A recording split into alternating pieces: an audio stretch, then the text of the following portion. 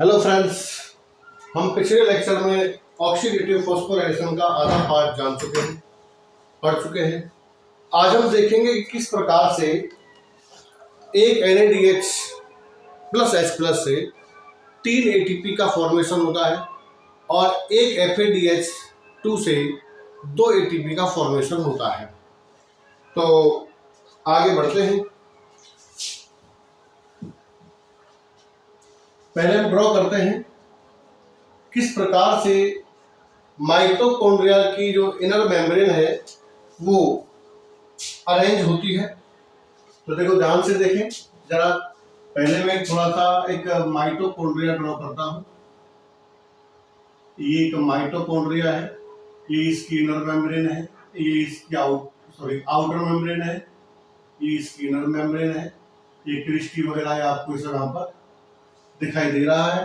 ये inter membrane space है। तो देखो, सबसे पहले यहां पर मैंने ये लाइन ड्रॉ की, ये वाली, ये तो यहां पर जो है ये साइटोप्लाज्म होगा, तो इसको हम कहेंगे सी साइड।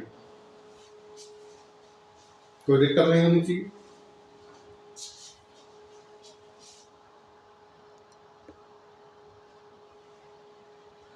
इसे हम कहेंगे सी साइड।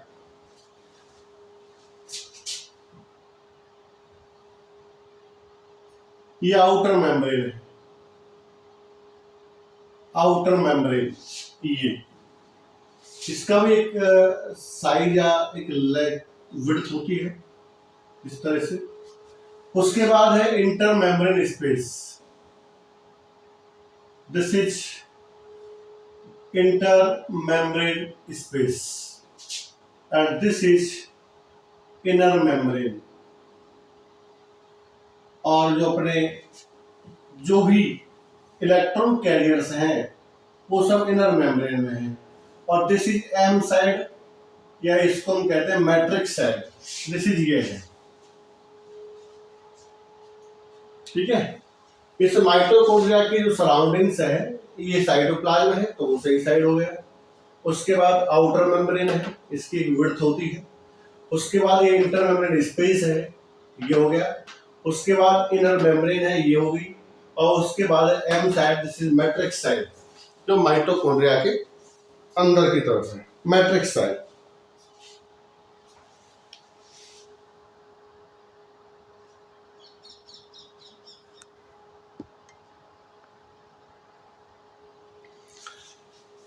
हम देखते हैं कि जो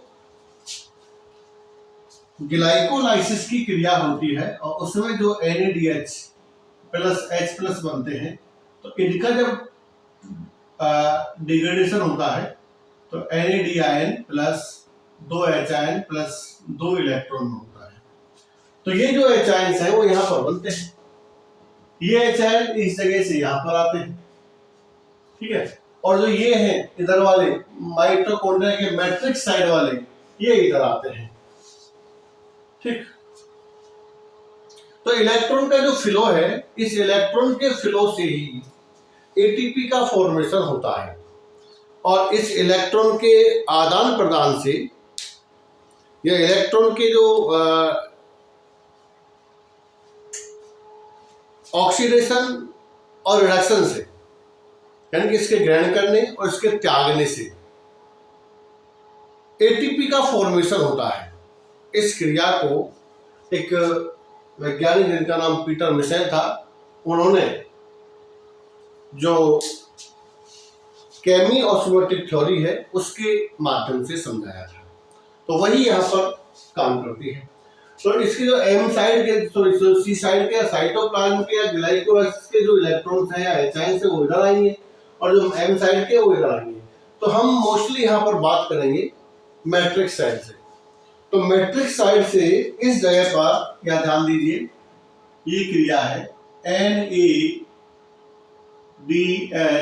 प्लस H प्लस, ये क्रिया है।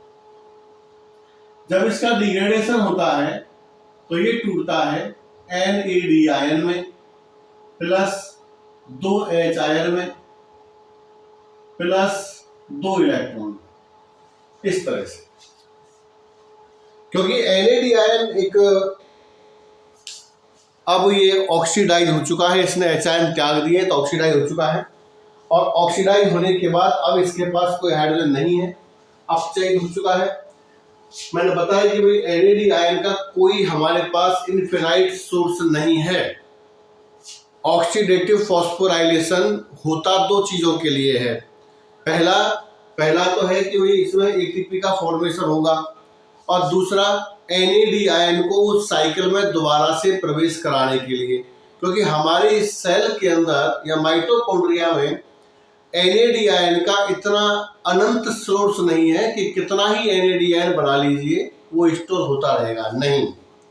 अगर आप NADH+H+ बना रहे हैं, इसको रिड्यूस्ड कर रहे हैं, तो कुछ समय बाद इसका ऑक्सीडाइज होना भी जरूरी है, नहीं तो फिर जो साइकिल है वो रुक जाएगी। तो यहाँ पर यही होता है, जो NADH+H+ है, ये NADH+H+ इस तरह से टूट जाता है। अब ये जो H आयन है, मैं कह रहा हूँ जो H आयन जो है, ये H आयन इस जगह पर बने हुए हैं, और ये H आयन विभिन्न हाइड्रोजन पंपों की सहायता से यहाँ पर आते हैं। और हाइड्रोजन पंप हम देख चुके हैं, complex first, third and 4 are the hydrogen pump.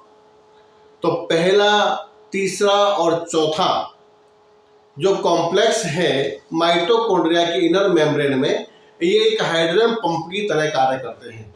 तो इस जगह पर आप देखिए कैसे ये यहां से यहां आएगा, और इलेक्ट्रॉन जो है, ये जो इलेक्ट्रॉन है, देखो H आयन तो आपने देख लिया H आयन यहां से यहां आ रहे हैं। अब इलेक्ट्रॉन का क्या हो रहा है, इलेक्ट्रॉन जो है वो इलेक्ट्रॉन ट्रांसपोर्ट चेन में जाते हैं, और इलेक्ट्रॉन ट्रांसपोर्ट चेन प्रेजेंट होती है माइटोकॉन्ड्रिया की इनर मेम्ब्रेन में। तो यहाँ आप देखिए किस तरह से यहाँ पर होता है FMN, फ्लेविन मोनोन्यूक्लियोटाइड, और ये जो है ना, ये इस तरह से इसके साथ जुड़ा होता है, ऐसे ऐसे। तो देखो यहाँ होता है कि जो दो इलेक्ट्रॉन हैं, ये दो इलेक्ट्रॉन ये इसके साथ मिलते हैं, प्लस जो दो H आयन है वो भी इसके साथ मिलते हैं। तो जो H आयन प्लस दो इलेक्ट्रॉन, ये दोनों मिलकर के बना लेते हैं 2H, दो हाइड्रोजन। तो जो दो हाइड्रोजन ये बना लेते हैं, तो उसके बाद अब ये बन जाता है FMNH2। क्या बन जाता है, FMNH2, FMNH2, और ये वापस से डिग्रेड होता है इस तरह से, ठीक है। जब डिग्रेड होता है तो अब जो H आयन है ये अलग हो जाते हैं, तो ये दो H आयन इस जगह पर आ गए हैं, और ये जो इलेक्ट्रॉन्स हैं, ये इलेक्ट्रॉन्स नीचे की तरफ चले जाते हैं, यानी कि अब ये जो इलेक्ट्रॉन्स हैं, ये इलेक्ट्रॉन ट्रांसपोर्ट चेन में चले जाते हैं, दो इलेक्ट्रॉन्स ये नीचे आ गए। यहां पर होता है यूडीक्यू। अब देखिए होता क्या है कि इस तरह से लगातार ये जो H आयन्स हैं, यानी कि जो NADH है, रिड्यूस्ड कोएंजाइम्स हैं, ये रिड्यूस्ड कोएंजाइम्स लगातार डिग्रेड होते रहते हैं, और H आयनों को कॉम्प्लेक्स फर्स्ट की सहायता से लगातार ये इनर मेम्ब्रेन स्पेस में भेजते रहते हैं। अब एक बात जरा सोचिए कि यहाँ लगातार इनका डिग्रेडेशन हो रहा है, और ये H आयन जो है वो लगातार यहाँ पर डाले जा रहे हैं, इलेक्ट्रॉन इस तरह से नीचे की तरफ चलते जाएंगे। अब जब H आयन इस मैट्रिक्स से निकल करके इनर मेम्ब्रेन स्पेस में आ जाते हैं, यहाँ पर थोड़ी सी ध्यान देने की बात है कि जो इलेक्ट्रॉन ट्रांसपोर्ट चेन है, इस इलेक्ट्रॉन ट्रांसपोर्ट चेन में जो इलेक्ट्रॉन्स मैट्रिक्स से निकलकर इनर मेम्ब्रेन के अंदर आ रहे हैं, या इनर मेम्ब्रेन के स्पेस में आ रहे हैं, यहाँ इसको क्रॉस करके, तो जो इनर मेम्ब्रेन है ये बेसिकली आयनों के लिए अपारगम्य होती है, हम सभी जानते हैं। फिर भी ये H आयन बाहर आ रहे हैं, इसका मतलब कि इनके अंदर H आयनों को बाहर भेजने का कोई तरीका है, तो वो है यहाँ पर H आयन पंप। तो वो एच पंप लगातार इन एच को यहाँ पर डालेंगे, ये डाल रहे हैं।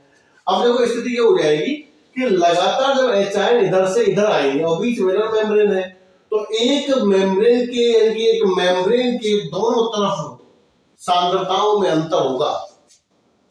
देखो एक मेम्ब्रेन के दोनों तरफ यहां पर एच कम हो जाएंगे, यहां पर एच बढ़ जाएंगे।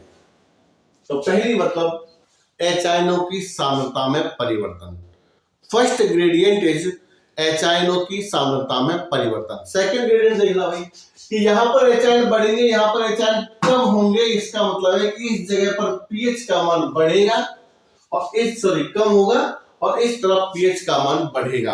अर्थात एक तरफ पीएच अम्लीय होगी और एक तरफ पीएच होगी क्षारीय। तो इधर अम्लीय होगी, इधर क्षारीय होगी। Second gradient is, first gradient is H concentration, second is pH gradient, third is जब एक ही मेम्ब्रेन के दोनों तरफ यहां पर पॉजिटिव हो, यहां पर नेगेटिव चार्ज इकट्ठे हो जाते हैं, तो एक one type of electron motive force, विद्युत वाहक बल का जन्म होता है।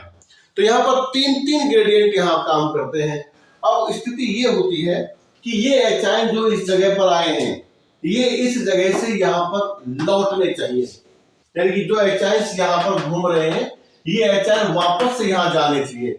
अगर ये नहीं जाएंगे तो फिर गड़बड़ हो जाएगी। जाना बहुत जरूरी है, क्योंकि एच जो है ना वो एच इधर से इन पंपों की सहायता से लगातार यहाँ छोड़े जा रहे हैं और लगातार छोड़े जा रहे हैं, चाहे बड़ी सांद्रता यहाँ पर कम हो चाहे ज्यादा हो, लेकिन ये एच को यहाँ टिकने नहीं देंगे, ये एच लगातार यहाँ छोड़ेंगे। जब एच की सांद्रता इस जगह बहुत ज्यादा हो जाएगी तो फिर ये एच वापस से यहाँ पर जाना बहुत जरूरी हो जाता है, अन्यथा कुछ भी हो सकता है। माइटोकॉन्ड्रिया की जो परासरण सांद्रता है, कहते हैं ना, वो जो ऑस्मोटिक सिस्टम है वो पूरा गड़बड़ हो जाएगा। ठीक है, तो ऐसी कंडीशन में अब इन एच का वापस से लौटना जरूरी होता है। अब वापस से लौटने का कोई रास्ता नहीं है, कोई रास्ता नहीं है, सिर्फ एक रास्ते, यानी कि हम पढ़ चुके भाई एच आयनों के लिए माइटोकॉन्ड्रियल इनर मेम्ब्रेन अपारगम्य है, इम्परमिएबल है। तो जब ये इम्परमिएबल है तो एच जो यहाँ से यहाँ आए थे पंपों की सहायता से, अब ये वापस इधर नहीं जाएंगे, अपने आप नहीं जाएंगे, किसी चीज के थ्रू जाएंगे, फैसिलिटेटेड जाएंगे। तो इसके लिए यहाँ पर होता है भाई ये इसको हम कहते हैं एटीपेस के बारे में मुझे जाना था। तो ये एटीपेस एंजाइम यहाँ पर होता है, ये इस एटीपेस से होकर जो एच है, ये एच वापस इनर मेम्ब्रेन स्पेस से और कहां चले जाएंगे, माइटोकॉन्ड्रियल मैट्रिक्स के अंदर चले जाते हैं। ध्यान रखना, इलेक्ट्रॉन नहीं आएंगे, इलेक्ट्रॉन तो नीचे आ रहे हैं, ठीक है, इलेक्ट्रॉन नहीं आएंगे, इलेक्ट्रॉन ट्रांसपोर्ट चेन में पकड़ लिए, वो तो अब यहां चलेंगे और ये इधर से इधर होते रहेंगे। तो एच का जो प्रवाह है या एच का जो एक तरह से डिस्प्लेसमेंट जो है उसकी वजह से यहाँ पर एटीपी का निर्माण होता है। तो इस जगह से क्या होता है कि जो एच है वो कुछ एनर्जी यहाँ पर त्यागते हैं, जो एटीपी है ना, तो यहाँ से जब ये इधर आते हैं तो कुछ एनर्जी का त्यागते हैं, तो उस एनर्जी को जो एटीपी एंजाइम है वो ग्रहण करता है और इसे कन्वर्ट कर देता है एटीपी में। तो फर्स्ट एटीपी फॉर्मेशन हमारा यहाँ पर हो जाता है, फर्स्ट एटीपी फॉर्मेशन यहाँ हो जाता है। जब फर्स्ट एटीपी फॉर्मेशन हो जाता है तो देखिए जरा थोड़ा सा कि हमें एटीपी चाहिए 3, तो हम जानते हैं कि एक NADH2 से 3 एटीपी का फॉर्मेशन होता है। तो फर्स्ट जगह पर एटीपी बन चुका है। अब ये जो इलेक्ट्रॉन्स हैं ये लगातार नीचे की तरफ जा रहे हैं, इनसे हमें कोई पता नहीं, ये तो अब चैन पकड़ चुके हैं, ये तो अब लास्ट में इधर ही आएंगे, लास्ट में ये इधर ही आएंगे और इधर से एच आएंगे, कैसे आएंगे वो हम सब देखेंगे यहाँ पर। अब ये जो इलेक्ट्रॉन गए हैं, ये इलेक्ट्रॉन यहाँ पर ग्रहण किए हैं यूवी क्यूनोन में, यूवी क्यूनोन भी यहाँ इस तरह से पाया जाता है, यानी कि ये भी इस मेम्ब्रेन के साथ अटैच होता है। अब देखो इधर से इससे 2 इलेक्ट्रॉन ग्रहण किए हैं, ये जो 2 H आयंस है ये वापस से आते हैं 2 H आयंस, और ये 2 H आयन इसके द्वारा ग्रहण कर लिए जाते हैं। तो देखो 2 H आयंस इधर से आए 2 इलेक्ट्रॉन, तो ये बन गया UbQ H2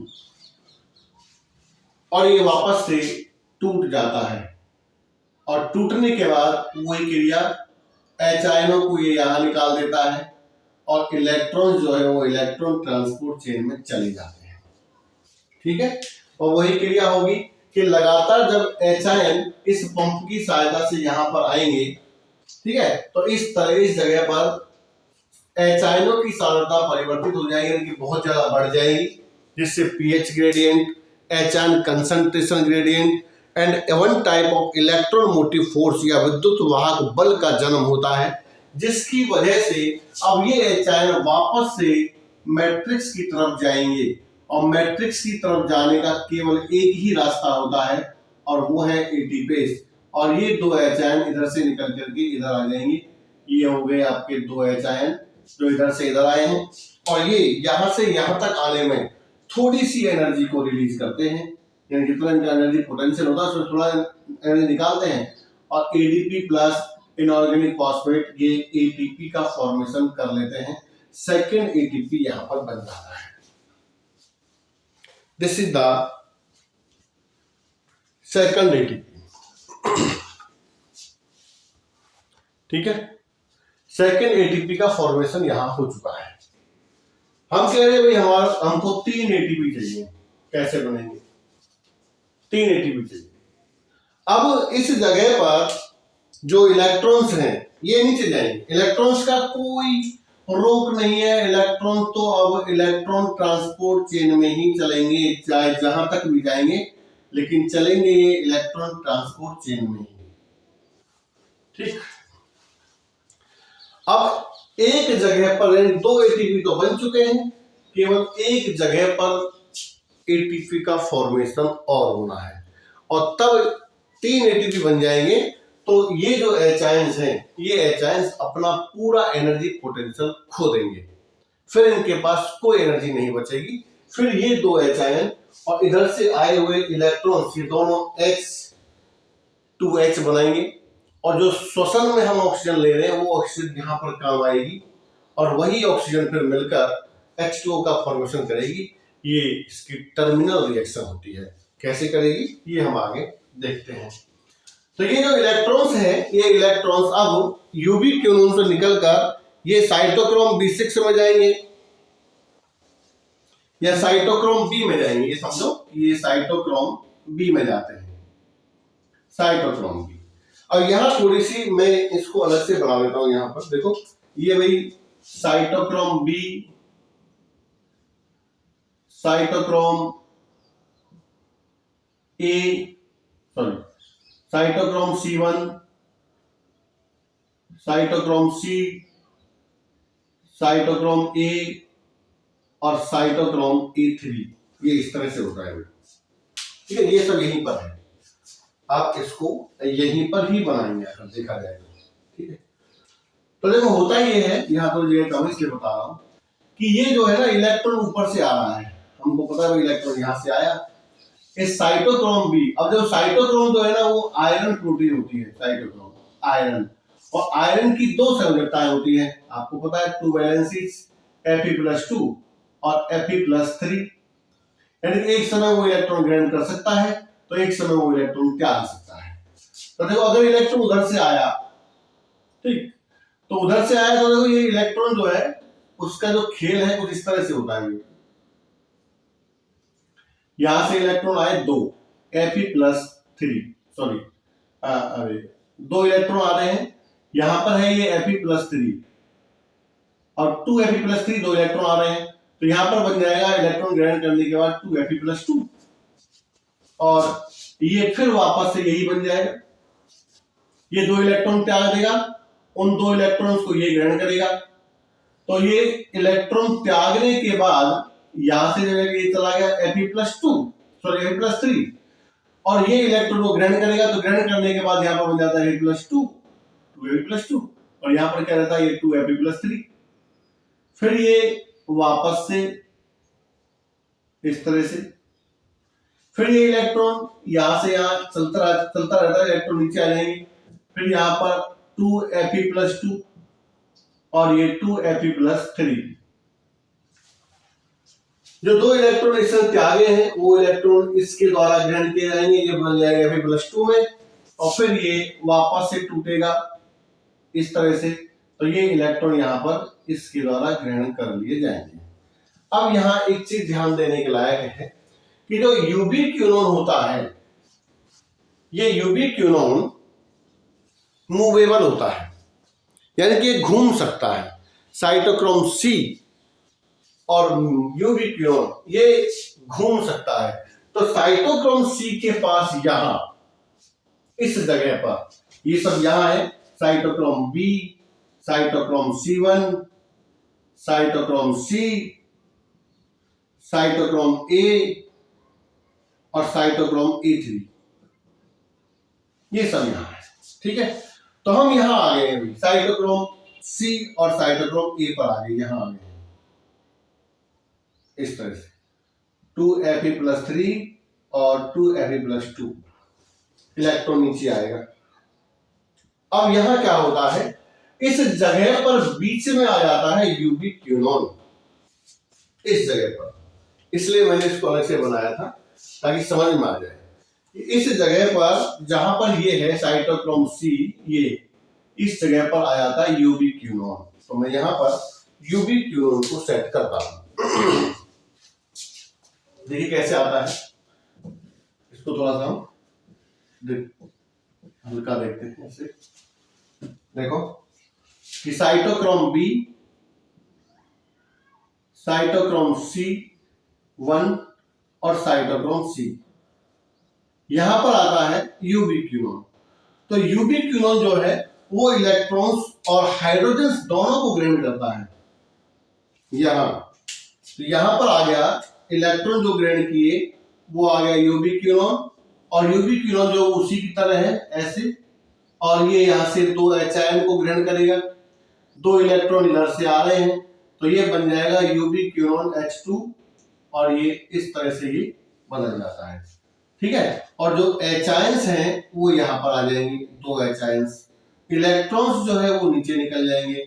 अब इलेक्ट्रॉन आएंगे साइटोक्रोम ए, ठीक है, अब इलेक्ट्रॉन आएंगे साइटोक्रोम ए, और उसके बाद साइटोक्रोम E3, और साइटोक्रोम E3 से होते हुए वापस कहां चले जाएंगे, मैट्रिक्स के अंदर चले जाते हैं 2 इलेक्ट्रॉन वापस से। इनकी जो हमने बनाई थी चेन, वो चेन इस तरह घूम घाम के लास्ट में अपने इलेक्ट्रॉन जो है वो मैट्रिक्स में ही छोड़ती है, यहां पर छोड़ देती है। ठीक है, तो इस जगह पर आप देखो क्या है, जब H इधर से इधर आ गए तो इस कंडीशन में अब वही तीनों ग्रेडियंट यहां पर लगेंगे, pH gradient, H concentration gradient, और तीसरा है इलेक्ट्रॉन मोटिव फोर्स या विद्युत वाहक बल। अब उसकी वजह से इन इलेक्ट्रॉन्स का इन H का वापस जाना जरूरी हो जाता है। तो जाने का केवल एक ही तरीका है, ये आपको पता ही है कि जाने का केवल एक ही तरीका है इनर मेम्ब्रेन के अंदर, वो है एटीपेस, और इधर से जो 2 H हैं वो यहाँ पर निकलते हैं, और इस जगह यहाँ एक एटीपी का फॉर्मेशन होता है, ADP plus inorganic phosphate, this is ATP। तो तीसरा एटीपी का फॉर्मेशन यहाँ पर ऐसे हो जाता है। अब इधर से इलेक्ट्रॉन ट्रांसपोर्ट चेन से ये इलेक्ट्रॉन यहाँ आ गए, और जो H है वो यहाँ पर हैं, तो ये दोनों मिलकर बना लेते हैं बराबर 2 H प्लस जो हम ऑक्सीजन ले रहे हैं सांस के साथ श्वसन में, वो 2 H plus half H2O, sorry half HO2, तो दिस इज H2O। तो ये जो रिएक्शन है ये टर्मिनल रिएक्शन है। अब हमको यहां आप देखेंगे इस जगह पर इन तीनों रिएक्शन में, ग्लाइकोलाइसिस में, क्रेब्स चक्र में एंड ऑक्सीडेटिव फॉस्फोराइलेशन में, तो कुछ भी नहीं बचा है। हम कह रहे थे भाई हमारे पास जो एनर्जी है वो रिड्यूस्ड कोएंजाइम की फॉर्म में है, तो वो भी नहीं बची है ना, वो भी एनर्जी हमने हार्नेस कर ली, ये एनर्जी यहां ले ली, यहां ले ली, यहां ले ली, और जो एचाइंस थे उनका हमने जल बना लिया। तो कहने का मतलब ये है कि श्वसन की क्रिया में जो ग्लूकोज के 6 कार्बन हम लेकर के चले थे वो धीरे धीरे करके क्रेब्स साइकिल तक सभी की सब CO2 के फॉर्म में बाहर निकल जाते हैं। हमारे जो एनर्जी है वो ATP की फॉर्म में कुछ तो मिलती है हमको ग्लाइकोलाइसिस से और कुछ मिलती है हमको क्रेब्स चक्र से। बाकी सारी एनर्जी जो है वो अपचयित कोएंजाइम, रिड्यूस्ड कोएंजाइम की फॉर्म में अर्थात NADH+H+ की फॉर्म में होती है। और इस NADH+H+ से एनर्जी को हार्नेस करने के लिए हमको चलाना पड़ता है ऑक्सीडेटिव फॉस्फोराइलेशन चक्र। तो ऑक्सीडेटिव फॉस्फोराइलेशन में ये जो ऑक्सीडेटिव फॉस्फोराइलेशन में हमने पूरा जिक्र कर लिया है कि यहाँ पर 3 जगह पर हमको ATP मिलता है। हम कह रहे हैं पहले से ही कि NADH+H+ से 3 ATP फॉर्मेशन होता है। तो वो हमने यहाँ पर देख लिया अभी कैसे होता है, कोई दिक्कत। अब मेन बात ये है कि ये जो इलेक्ट्रॉन ट्रांसपोर्ट चेन है, हमने कहा कि NADH+H+ से तो 3 ATP मिल गए, FADH2 से कितने मिलते हैं? FADH2 से 2 ATP का फॉर्मेशन होता है। और देखो इससे केवल 2 ही ATP का फॉर्मेशन क्यों होता है? इससे देखो वो है यहाँ पर एनर्जी लेवल का ही सिस्टम है कि अगर देखा जाए तो NADH+H+ की तुलना में FADH2 के पास एनर्जी लेवल या एनर्जी कम होती है, इसलिए वो अपने हिसाब से उसी जगह पर सेट होते हैं। और वो यहाँ नहीं आकर के ये यहाँ आता है। इसके जो इलेक्ट्रॉन्स होते हैं, ये इलेक्ट्रॉन्स इस जगह से ना आकर के एचाइंस जो इलेक्ट्रॉन्स है वो यहाँ से आते हैं। तो यहाँ से आते हैं तो पहले वाला जो है वो मिस कर देते हैं। जब मैंने कॉम्प्लेक्स बनाए थे, first complex FMN, second complex, फिर थर्ड कॉम्प्लेक्स, तो सेकंड कॉम्प्लेक्स है वो FAD है ऊपर की तरफ। तो पहले वाला मिस कर रहा है ना, वो पहले वाला मिस करने के बाद दूसरे वाले पर आ रहा है, तो दूसरे वाले पर आ रहा है, तो दूसरे वाले पर जब आ रहा है तो इसका मतलब कि एक ATP का फॉर्मेशन नहीं होगा, आगे के 2 होंगे इस तरह से। तो इस प्रकार से FADH2 से केवल 2 ही ATP का फॉर्मेशन होता है। तो ये था भी ऑक्सीडेटिव फॉस्फोराइलेशन, एक सामान्य जो रेस्पिरेशन है, जनरल रेस्पिरेशन, इसके अंदर 3 क्रियाएं पाई जाती हैं, ग्लाइकोलाइसिस, क्रेब्स चक्र एंड ऑक्सीडेटिव फॉस्फोराइलेशन। वो आज हमारा कंप्लीट हो गया है। अब इसमें एक चीज बची है जिसे हम कहते हैं हेक्सोस मोनोफॉस्फेट संघ, वो भी हम नेक्स्ट लेक्चर में पढ़ने की कोशिश करेंगे।